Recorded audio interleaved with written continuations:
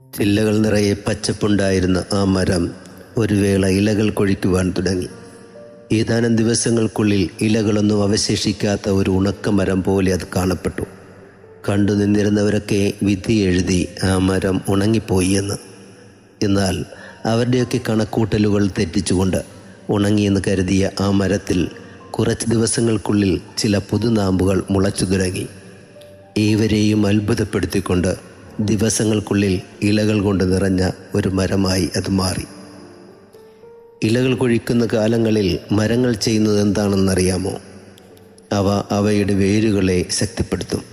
കാരണം വേരുകൾ ശക്തിപ്പെട്ടാൽ തഴച്ചു വളരുന്ന ഇലകളാൽ സമൃദ്ധമാകാൻ കഴിയുമെന്ന് മരങ്ങൾക്ക് നന്നായി അറിയാം. പ്രിയരെ, നമ്മുടെയും ജീവിതത്തിലും വേണം ഇതുപോലെ വേരുകൾ ശക്തിപ്പെടുത്തുന്ന ഒരു കാലം. ആഡംബരങ്ങളുടെ ഇലകൾ കൊഴിച്ചുകൊണ്ട് ലൗകികതയുടെ ഭാണ്ഡങ്ങൾ ഇറക്കി പരിത്യാഗത്തിലൂടെയും പ്രായശ്ചിത്തത്തിലൂടെയും ആത്മീയ വേരുകൾ ശക്തിപ്പെടുത്തുന്ന ഒരു കാലം. കാണുന്നവരൊക്കെ ഇത് കണ്ട് പരിഹസിച്ചേക്കാം. എന്നാൽ അവരെയൊക്കെ അത്ഭുതപ്പെടുത്തുന്ന ഒരു പച്ചപ്പ് നമ്മെ കാത്തിരിപ്പുണ്ടെന്നേ.